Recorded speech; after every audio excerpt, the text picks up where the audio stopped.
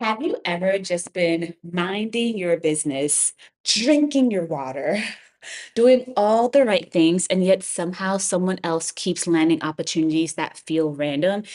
It feels like they're extremely lucky, and maybe you're not. And I'm not talking about comparison spirals. I'm not talking about, doom scrolling and comparing yourself.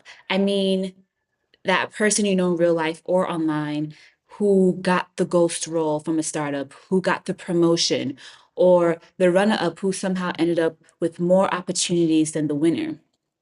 And here's the thing, luck is not like being struck, right? It's engineered. And by the end of this video, you'll know exactly what to change so opportunities stop feeling random and start feeling predictable. And there's this podcast episode from Myleik Teele that has stuck with me for maybe a year or two now. I'm not sure when she recorded it, but it was about luck. And it was about how her auntie won everything: trips, contests, sweepstakes, clothes, timeshares. And part of her secret was strategy, but the other part was she entered these sweepstakes. She created luck for herself.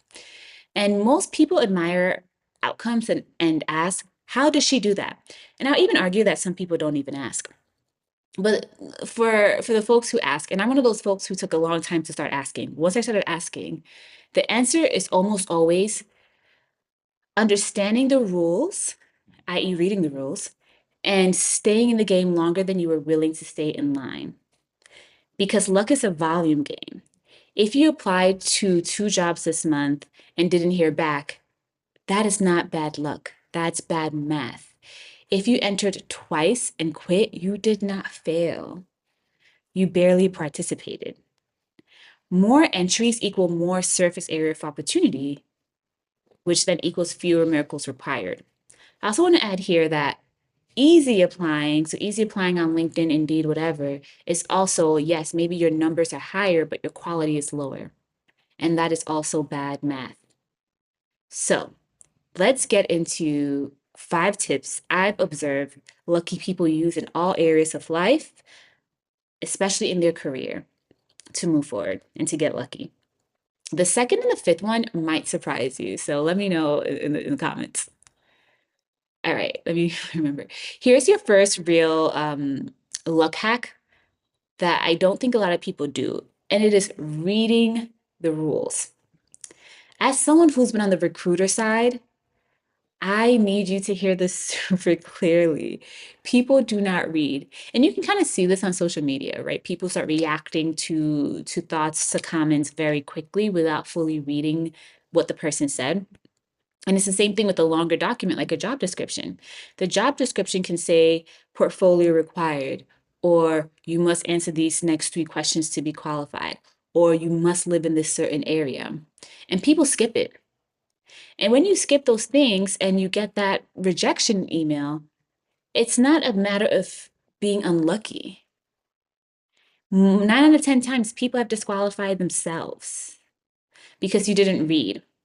And I know I haven't read sometimes. Oh my gosh, I remember I knew I didn't get the job. As soon as I hit submit, I realized like I had missed a key part of the instruction, and that person just didn't even bother replying me, which honestly was fair. Very fair. Most rejection isn't personal, it's administrative. Like, did you read the thing? And I will argue that I think a recruiter's job is to gatekeep, but most recruiters aren't gatekeeping in the way that we think they are. The system already filtered you out. The questions that they asked, the instructions that they wrote in the description are the form of gatekeeping. So the folks who actually read it and do what's being asked, the moment you slow down and actually follow instructions, you're in the top 10% by default because most people don't do it. So it's less about a talent thing and more about a attention to detail thing. So that's number one. The second one is we love to say move in silence, like move in silence, move in silence. And there's a time and place for moving in silence.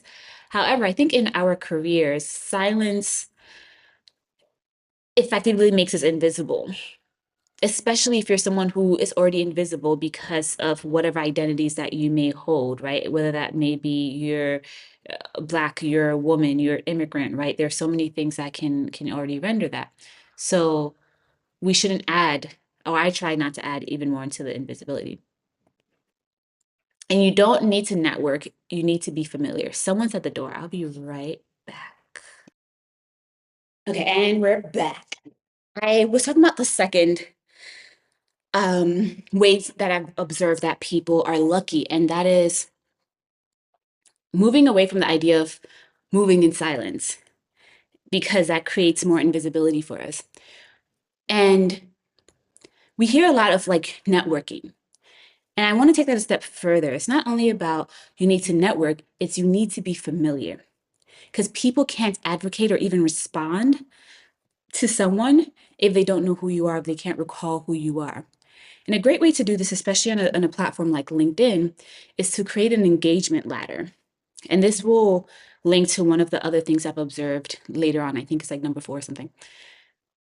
First, a lot of people tell you to like DM on LinkedIn. And I've gotten jobs and opportunities from DMing, but this was maybe 5, 6, 7 years ago when everybody wasn't being told to do this. So now the strategy has changed. First, you need to like people's comments. You need to like things. It's not comments, people's posts. And that is pretty much saying, I see you. I support what you're doing. Then you need to comment. This is where you're adding value. Whether you're saying, oh, I did this too and it worked, or I did this and then also try this, add some form of value. Then third, you DM. Because by now the person has seen you liking and supporting, they've seen you commenting, and now that you're DMing, your name, your face, your profile picture is familiar and not random. And the reason why this matters is because as much as we like to talk about, oh, numbers and metrics don't matter, if you've ever posted anything online, if you've ever done a talk or something, that one person who smiles at you, that one person who raises their hand and asks a question is such a relief. And depending on who you're trying to reach, they might have a bigger audience. So maybe they're not looking at every single individual like or comment, but if you do it enough, it'll still pop up. It doesn't matter how big you are. If you see the same person over and over and over again, you have a vague familiarity of it. So create an engagement ladder for yourself because people remember who consistently roots for them. So let your name register as a green flag before you ever ask for anything. Support them. All right. Third, let's talk about quality. And especially when we are applying for jobs or pretty much anything. At this point, recruiters know exactly what a copy paste AI cover letter, resume, whatever it looks like. And AI didn't ruin hiring, laziness did. I was working as a recruiter when ChatGPT became really, really popular. And I think it became popular like December 2021 or 2022 or something. By the time we came back to work, January, February, oh my gosh, the influx of all the resumes and cover letters that we knew were AI written because it's pretty much copy and pasted. And over the years, I've worked in different roles, but you can always tell when the question that we ask was just dumped into ChatGPT or any LLM and a result was given. So that is laziness. AI is a partner. It should be your partner, not your replacement. Because the beauty about AI is that AI is just accelerating information sharing. So we went from having people scribing every single thing. You could only get information if you went to like not a like a church or library, right? And then we started having the printing press. So now you had more access to information. And now AI does the same thing for you. You can get all this information at the tip of your fingers. So what makes you different, why someone will hire you, why someone will select you for something is because of your taste, your judgment. You're the tastemaker now. You use your judgment, inject your personality, and make choices. The AI can't do that, at least not right now. So allow your humanness to move you forward. Okay, now number 4, I believe. And this might be an uncomfortable question. Are you applying to the wrong things? Everyone is chasing the same brand companies, the same brand names. FAANG, Mango. FAANG is Facebook, Alphabet, I'm even forgetting these days. Mango now has NVIDIA in it. It has Anthropic. It has OpenAI. These very popular companies that we all know and use and are household names. But the thing is that when everyone knows something, it creates a lot of traffic. The crowded route is harder to be noticed. It's harder to celebrate your career when you're in a crowded room. It's easier to accelerate your career when you go to a more aligned space that has less people in it. The less crowded road would probably get you where you want to go faster. There's just less competition. 10,000 applicants per role is not a luck friendly environment. Smaller companies, newer teams, medium sized ponds, that's where luck or lucky careers are able to compound. And you become like an overnight success or whatever because you've been building, you've been learning, and you've been able to apply that and learn in a space that allows you visibility enough for you to get where you need to be, but it's not such a spotlight that you can't make mistakes.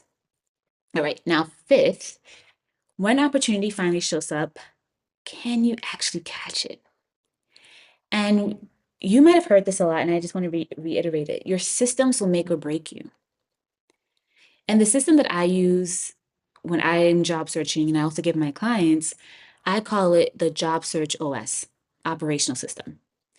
And that is creating a Google folder. Google is free, Gmail is free. You're probably using Gmail to even send out your applications, professional, clean, right?